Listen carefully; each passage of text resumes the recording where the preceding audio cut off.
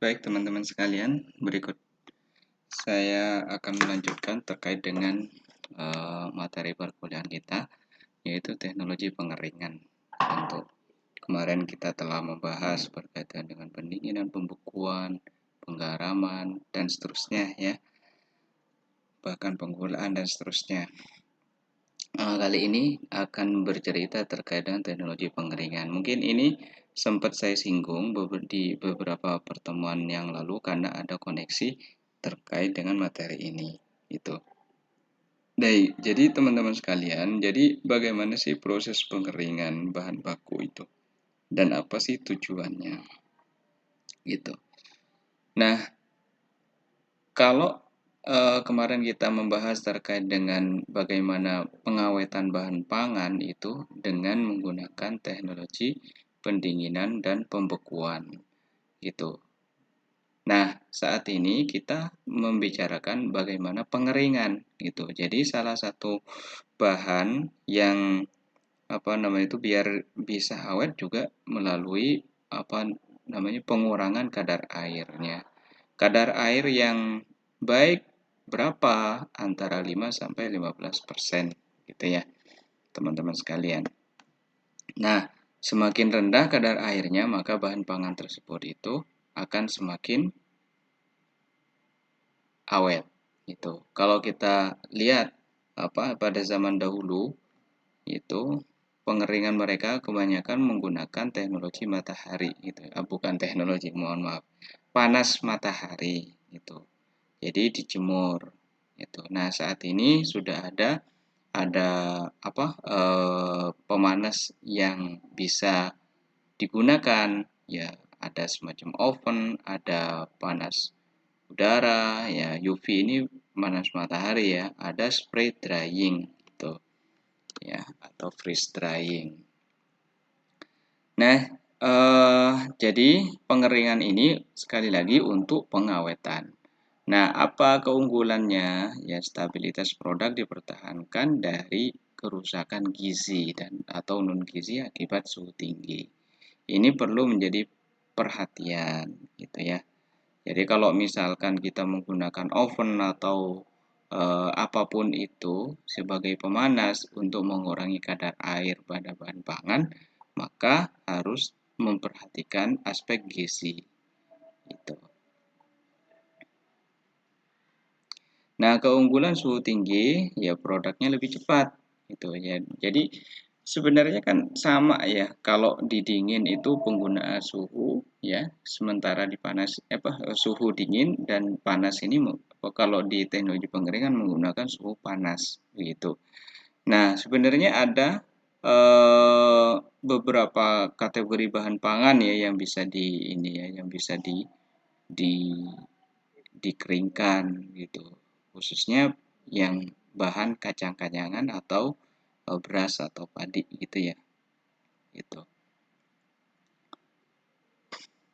Nah, jadi ada bahan oven ya, atau pemanas yang cepat panas sehingga bahan pangannya juga cepat tinggi gitu. Hanya saja gini teman-teman sekalian, yang menjadi perhatian kita adalah antara suhu ya thermal ya, itu dengan durasi waktu yang kalau suhunya tinggi maka waktunya semakin suhunya tinggi ya, maka waktu yang dibutuhkan semakin cepat. Suhunya tidak terlalu tinggi maka waktunya juga semakin lama seperti itu. Jadi antara perbandingan antara suhu dengan waktu ini berkorelasi teman-teman sekalian. Itu. Jadi secara prinsip sama ya dengan penjelasan yang lainnya. Gitu.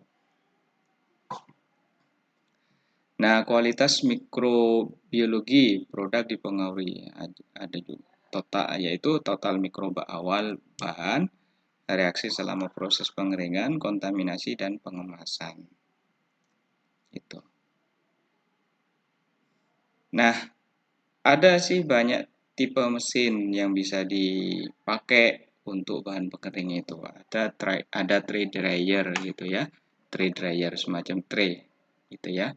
Ada continuous dryer, ada tunnel dryer, ada conveyor dryer. Nah, mana yang bisa digunakan? Semuanya bisa digunakan gitu ya.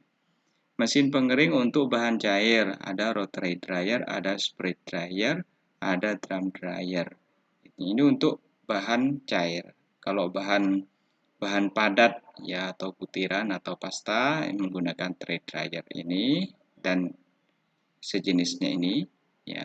Nah, tujuannya apa? Ya sama ya, pengawetan. Ya mengurangi volume atau berat pada produk, ya efektif di transportasi dan penyimpanan. Penganeka-ragaman produk, ya breakfast cereal, ada cookies, ada minuman instan dan seterusnya. Nah, prinsip pengeringan, ya pengeringan terdiri dari pindah panas dan pindah massa, difusi air, gitu ya bahasa lainnya. Nah, berikutnya perubahan cairan atau padatan pada fase freeze drying menjadi uap memerlukan panas laten produk. Itu. Kemarin kita sudah membahasnya ya. Ada model transfer panas gitu. Ada transfer panas yang dilakukan dengan menggunakan media perambatan panas udara seperti oven, spray dryer, dan ada konduksi yang memanfaatkan konduksi transfer panas dilakukan secara langsung dari sumber panas atau hot plate ya ke permukaan bahan. Itu. Ya kalau teman-teman ya untuk mengetahui ini ya ada kompor konduksi namanya ya. Itu. Atau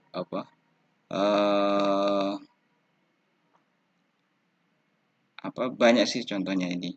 Kemudian ada radiasi pindah panas ya terjadi melalui gelombang elektromagnetik. Radiasi menyebabkan perubahan gradien suhu permukaan bahan dan air. Radiasi. Ada gelombang mikro juga menyebabkan gesekan antara molekul zat dalam bahan. Ada gesekan yang muncul menimbulkan panas sehingga cukup untuk menguapkan air. Jadi ini teman-teman sekalian ada conduction, ada convection dan ada radiation gitu. Jadi kalau yang radiasi di sini, ini contohnya teman-teman sekalian. Panas yang dihasilkan itu yaitu menggunakan gelombang elektromagnetik. Sementara konveksi tadi itu ya. Konveksi itu ya menggunakan media perambatan panas. Itu dicelupkan. Itu ya, itu konveksi namanya atau konduksi. Konduksi ini bersentuhan langsung ya dengan media panas. Itu. Nah, fenomena pengeringan konvensional gitu ya. Ketika pengeringan dengan suhu 110 sampai 140 derajat Celcius, air di permukaan bahan menguap gitu ya. Jadi ini kan menguap itu atau terjadi evaporasi. Rendahnya RH, ya RH udara, ya, alat pengering menciptakan gradien tekanan uap. Terjadi perpindahan air bagian dalam bahan ke permukaan bahan. Jadi dari sini yang namanya penguapan itu kalau panas secara terus-menerus cairan yang ada di dalam bahan pangan itu dia menguap gitu ya. Pindah ke permukaan, terjadilah evaporasi sama seperti sebelumnya gitu ya.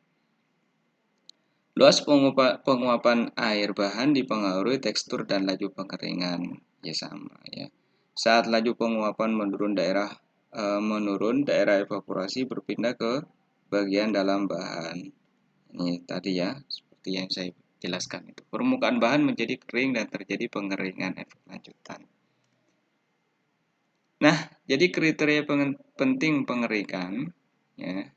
Yang pertama kriterianya ada laju pengeringan, ada laju pengeringan ini yaitu suhu ya yang sebagai parameternya adalah suhu, tekanan, laju aliran udara, luas permukaan.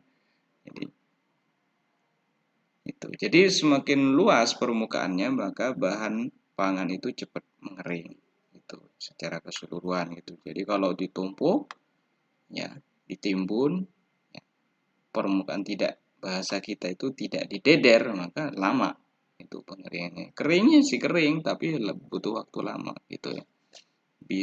Berbeda dengan yang dideder gitu ya. Itu. Metode pemilihan dasar pemilihan metode ya, kualitas yang diinginkan. Sifat bahan dasar ini harus tahu gitu ya. Jadi sifat bahan dasar ini cara pengeringannya seperti apa itu perlu diketahui gitu. Ya, alatnya ya banyak nih bentuk bahan, ya sifat bahan, ya produk yang diinginkan ya.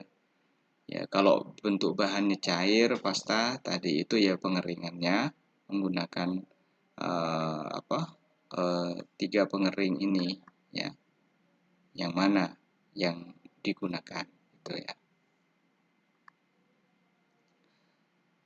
Nah, kalau cair tadi itu ada salah satunya menggunakan spray dryer gitu ya. Nah, sifat bahan ya, kalau yang sensitif terhadap oksidasi ya atau peka terhadap suhu, maka ini juga harus diperhatikan gitu ya sifat bahannya itu. Nah, kalau produk yang diinginkan seperti bubuk ya atau instan ya, bentuk tidak berubah dan seterusnya itu, maka misalkan kita menginginkan sudah dicetak bulat misal nih ya, maka bagaimana caranya mempertahankan kebulatan itu pada saat proses pengeringan itu ya. Nah, ini beberapa metode pengeringan. Ada penjemuran, ya, ada langsung, batch dan continue, ya. Kemudian tidak langsung dan continue. Ada buku freeze drying gitu. Nah, kalau berkaitan dengan penjemuran ini sudah familiar ya di tengah-tengah kita menggunakan sun drying gitu ya. Menggunakan panas matahari, ya. Nah, cuma ada kekurangan di situ. Yang pertama berkaitan dengan kekurangannya terbatas. Kalau musim penghujan maka tentu ini tidak bisa dilakukan, gitu ya. Atau ya bisa dilakukan cuma membutuhkan waktu yang lebih lama gitu. Karena panasnya ya bisa jadi setengah hari, tidak full seperti pada musim kemarau. Nah, berikutnya, kelemahan berikutnya yaitu kerusakan produk tinggi karena terkontaminasi debu, kotoran dan bahkan serangga di situ ya. Ya, bahkan ia tidak terelakkan lagi terkait dengan kandungan air yang ada di dalam bahan pangan tersebut. Nah, kemudian berikutnya lagi proses pengeringannya lambat, tidak cocok untuk produk mutu tinggi gitu. Nah, jadi kalau di daerah pesisir ya untuk pengeringan ikan ini masih menggunakan panas matahari gitu ya. Itu. Ada berikutnya lagi menggunakan solar drying. Jadi masih menggunakan energi matahari gitu ya, tapi tidak secara langsung untuk solar drying ini gitu ya.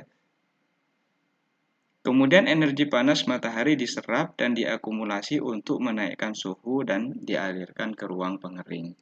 Bahan pangan lebih terjaga dari kerusakan lingkungan. Itu seperti yang ini, kalau solar drying ini seperti ini.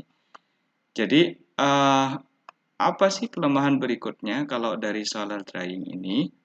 Ya, solar drying ini tidak bisa meningkatkan belum sampai saat ini belum ada yang energi yang masuk yang tersimpan di sini dinaikkan ya,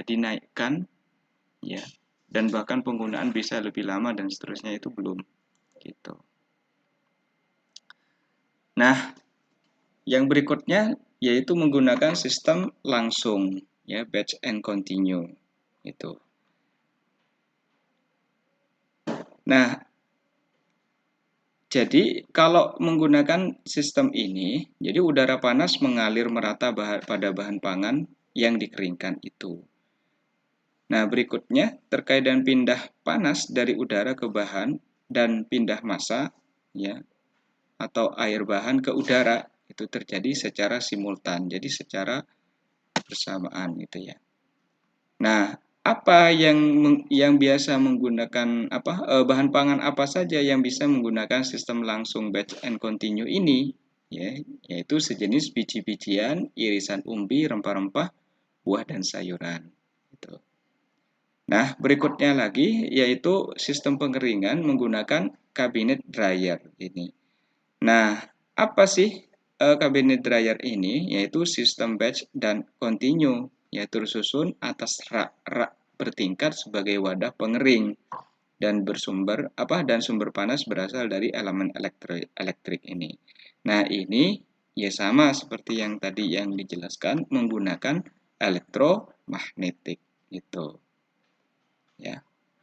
Nah, hanya saja kelemahan dari alat ini yaitu pengeringan kurang seragam hingga perlu dilakukan rotasi rak gitu. Karena sumber panasnya kan biasanya itu ada di samping gitu atau di atas atau bahkan di bawah sehingga bagian tengah itu tidak terkena panas gitu. Makanya perlu ada rotasi gitu.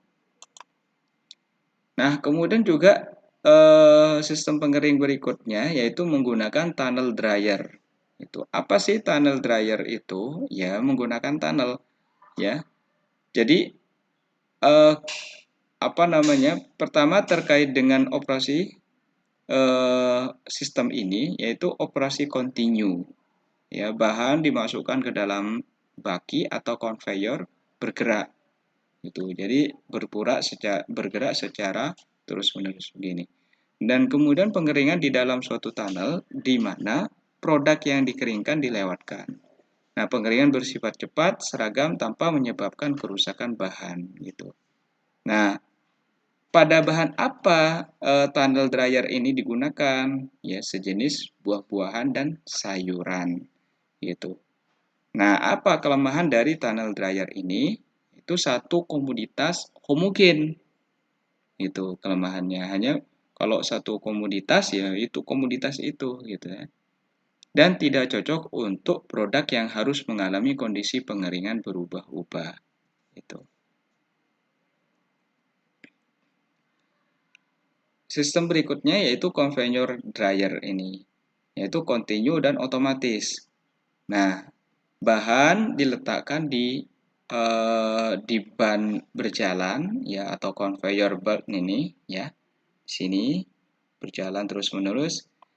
Nah, di dalam tunnel yang mengandung udara panas bersirkulasi. Jadi berjalan di dalam tunnel ini secara terus-menerus bersirkulasi dan pada produk akhirnya langsung kering begitu. Nah, pada bahan apa biasanya ini pada skala snack-snackan itu ya. Nah, prosesnya terkontrol. Ya, kecepatan aliran bahan dan suhu kelembapan itu terkontrol semuanya gitu. Nah, keuntungannya ya sedikit tenaga kerja gitu dan pengeringan dalam skala besar gitu ya. Nah, kelemahannya yaitu satu komoditas homogen dan tidak cocok untuk produk yang harus mengalami kondisi pengeringan yang berubah-ubah seperti tunnel dryer tadi itu. Gitu.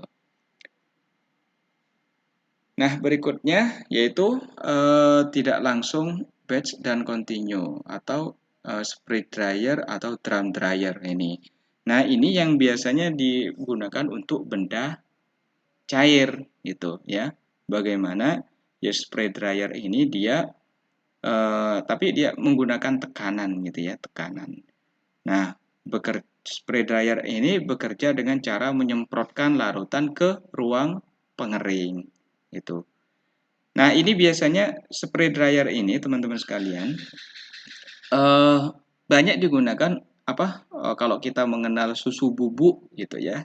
Susu bubuk atau apa yang dibubukkan atau madu bubuk dan seterusnya yang dibubukkan, benda cair yang dibubukkan itu biasanya menggunakan spray dryer ini. Itu. Jadi tekanan, suhu, dan viskositas larutan diatur agar menghasilkan partikel kecil seragam, itu berbentuk bubuk tadi itu. Aplikasi pembuatan susu bubuk, minuman, serta yang lain-lain itu menggunakan alat ini. Jadi parameter kritis spray dryer yaitu suhu pengering ya masuk makin tinggi, penguapan makin cepat gitu ya.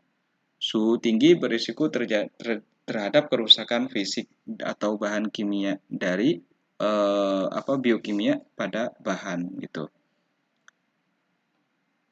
Nah, suhu pengering keluar berpengaruh terhadap kadar produk. Viskositas larutan terlalu rendah dan tinggi menyebabkan kegagalan pembentukan partikel. Ya. Dan seterusnya ini ya. Nah, jadi ini bagian spray dryer, teman-teman sekalian. Jadi ada ini apa? Jadi sistem kerjanya itu ya. Ya. Ini teman-teman sekalian. Jadi ini bahan pangan masukkan dari sini ya. Air intake masuk ke sini, kemudian di sini ada atomizer namanya, gitu ya. Nah, kemudian bahan pangan itu mengalir ya, teman-teman sekalian, mengalir ya. Kemudian masuk ke bag filter di sini. Ya, dari bag filter dilanjutkan kepada ini. Ada vibrofluidizer namanya itu. Nah, kemudian bahan dikeluarkan berupa dried product outlet ini. Begitu. Spray dryer. Apa kelebihan dari spray dryer? Ya, kapasitas produksi besar, ya, dan pengeringan cepat. Tidak terjadi kehilangan senyawa volatil dalam jumlah besar. Cocok untuk produk sensitif pemanas, ya, seperti susu itu kan sensitif terhadap suhu tinggi, gitu ya. Nah, produksi partikel ya, kering dengan ukuran, bentuk, dan kandungan air yang dapat dikontrol sesuai keinginan, gitu ya. Sistem kontinu yang dapat dikontrol secara manual maupun otomatis. Kekurangannya apa? Biaya operasionalnya cukup tinggi, ya. Kemudian hanya dapat digunakan terhadap sampel cair dengan kekentalan tertentu. Tidak dapat diaplikasikan pada produk yang memiliki sifat lengket karena menyebabkan penggumpalan di dalam saluran itu. Ya, penggumpalan. Maka tidak nyepre nanti gitu ya. Itu kekurangannya. Kemudian ada drum dryer. Drum dryer ini digunakan untuk apa? Ya, digunakan untuk kalau teman-teman ya contoh sederhananya ya ada apa eh, apa susu kental manis bahasa kita itu menggunakan drum dryer ini gitu. Nah, alat pengering sensitif kontak ya tidak langsung dengan sumber panas melalui plat silinder yang bersuhu 120 sampai 170 derajat Celcius dipanaskan dengan steam. Nah, bahan dikontakkan ke permukaan silinder panas hingga menguap. Lalu rendemen kering dikikis dengan pisau dan digiling. Ya. Nah, hanya sesuai dengan bahan tidak sensitif panas. Nah, ini kalau teman-teman sekalian yang mengetahui ada tepung untuk apa? Untuk makanan bayi. Itu kan bagaimana caranya supaya bahan ini tetap terjaga kualitas maupun ininya ya, maupun mutunya. Ya. Jadi bahan pangan ini terlindungi dari kerusakan makronutriennya maupun mikronutriennya. Nah, masalahnya sering terjadi off flavor, ya, off color dan lengket. Ya, karena apa? Karena mengandung gula tinggi. Itu. Ini drum dryer ini ilustrasinya seperti ini. Itu. Nah, kemudian ada pengering batch dan continue ini. Ya, generasi ketiga ini ya, freeze dryer ini. Dirancang untuk meminimalkan kerusakan struktur bahan pangan, aroma, gizi, dan flavor. Ini pengeringan tidak menyebabkan pencoklatan dan pengkerutan produk karena menggunakan suhu dan tekanan rendah. Itu. Nah, kalau menggunakan tekanan rendah ini, waktu yang dibutuhkan makin lama. Itu tidak terjadi perpindahan cairan dari bagian dalam ke permukaan. Nah, kelemahannya apa pada alat ini? Mahal. Ya, perlu pengemasan khusus dan cocok untuk produk yang berharga mahal. Itu. Contohnya seperti ini mesinnya ya. Itu. Ada pengeringan beku yang dikenal dengan freeze dryer gitu ya. Pengeringan yang khusus untuk bahan sensitif terhadap panas. Air dihilangkan dari bahan melalui sublimasi melewati fase cair. Ya, pada tekanan rendah air beku akan menguap jika suhu dinaikkan. Pengeringan beku menghasilkan produk berpori akibat es yang menguap. Flavor dapat dipertahankan dan kadar air rendah kurang dari 2% gitu ya. Nah, aplikasinya pada teman-teman tahu teh matcha ya. Teh matcha itu menggunakan alat ini. Ekstrak herbal ya menggunakan alat ini. Flavor buah dan sayuran itu juga menggunakan ini gitu. Ya, menggunakan alat freeze dryer ini. Mutu produk pengering konvensional dan beku. Ya, perlakuannya ini bergantung dari beberapa parameter ini ya. Suhu proses, tekanan, penguapan produk, bau, warna, cita rasa, rehidrasi ya, dan biaya gitu ya. Maaf, ini saya rubah dulu ya ke warna hitam. Oke. Nah, suhu yang suhu prosesnya 100 sampai 170 derajat Celcius, pengeringan beku 43 sampai 33 derajat Celcius suhunya gitu. Nah, kalau pengeringan konvensional dan pengeringan beku ini bedanya di situ. Kalau konvensional itu 100 sampai 170 derajat Celcius. Nah, tekanannya ia menggunakan atmosfer 760 milimeter Hg gitu ya. Nah, kalau yang ini pengeringan beku menggunakan vakum. Ya, penguapan dari permukaan bahan, kalau ini menggunakan pengeringan beku itu sublimasi. Tahu ya mungkin teman-teman sekalian sublimasi itu. Nah, kalau produknya kering, padat, dan mengkerut ya. Kalau menggunakan pengeringan konvensional ini. Kalau pengeringan beku ya kering dan berongga itu ya. Bau berubah. Kalau pengering beku tidak berubah. Ya, lebih gelap, tetap berubah, lambat dan seterusnya. Di sini ini perbedaan antara pengeringan beku dan pengeringan konvensional. Gitu. Nah, tahapan pengeringan beku ya, tahap pembekuan. Waktu pembekuan harus diatur bila terlalu lama mengakibatkan pembentukan kristal es berukuran besar dan merusak bahan. Pembekuan terlalu cepat mengakibatkan penyimpangan warna dan tekstur. Tahap prasublimasi atau pemvakuman tadi itu ya, prinsipnya mengatur tekanan dan suhu. Air menjadi uap ya, air dan es tergantung oleh suhu dan tekanan.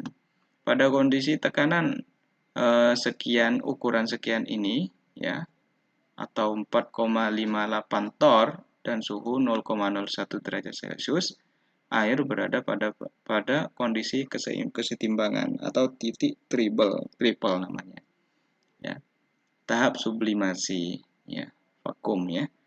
Pada tekanan rendah 610,5 PA ini suhu dinaikkan terjadi sublimasi es uap ya. Air bahan terus dikurangi dengan tetap berada pada tekanan rendah. Sublimasi terjadi dari permukaan ke bagian dalam bahan. Itu. Nah, ini yang dimaksud dengan titik triple tadi itu ya, triple point ya.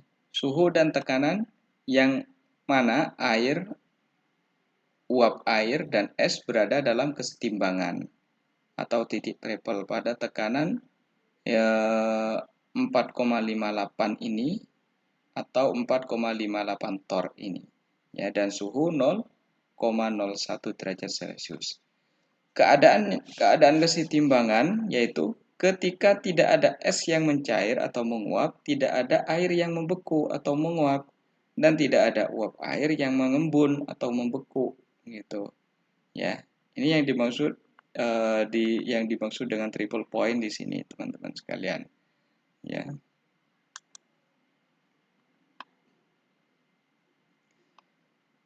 Nah, perlakuan sebelum pengeringan. Ya. Jadi perlakuannya yaitu kalau kemarin kita menggunakan blanching ya, blaster atau blancer kemarin yang kita bahas pada pertemuan sebelumnya, yaitu untuk menginaktivasi enzim gitu ya. Jadi ini pra ya. Nah, kalau pada saat pengemasan atau asidifikasi dan pemanasan atau blenser, nah ini yang saya maksud kemarin, blenser. Bahan pangan jenis sayuran dan buah-buahan mengandung enzim katalase, peroksidase, lipoksigenase, dan polifenolase. Nah, enzim dapat menyebabkan perubahan warna dan perubahan flavor saat pengupasan dan pemotongan. Gitu. Nah, kemudian berikutnya sulfuring, inaktivasi enzim polifenolase penyebab reaksi pencoklatan. Ya, karena pencoklatan itu karena ada reaksi enzim polifenolase ini ya. Dilakukan dengan penyemprotan dengan gas SO2 ya. Namun tidak praktis gitu. Nah, kemudian berikutnya lagi perendaman larutan Na sulfit ya. Kemudian Na bisulfit ya, dan Na metabisulfit. Nah, biasanya teknik ini diaplikasikan pada cabai ya, kentang, wortel yang mengalami pencoklatan, itu yang mengalami perubahan dari aspek warna itu. Nah, berikutnya perlakuan setelah pengeringan ya, penambahan BTP, anti kepal atau penggumpalan ya. Produksi hasil pengeringan beku dikemas dalam kemasan MAP menggunakan gas inner nitrogen ini dan CO2. Mungkin itu dulu teman-teman sekalian. Kita lanjutkan di pertemuan berikutnya nanti. Ini untuk memperkaya bahan nanti teman-teman sekalian. Silakan baca buku yang saya lampirkan nanti. Itu. Terima kasih teman-teman sekalian. Assalamualaikum warahmatullahi wabarakatuh. Selamat siang.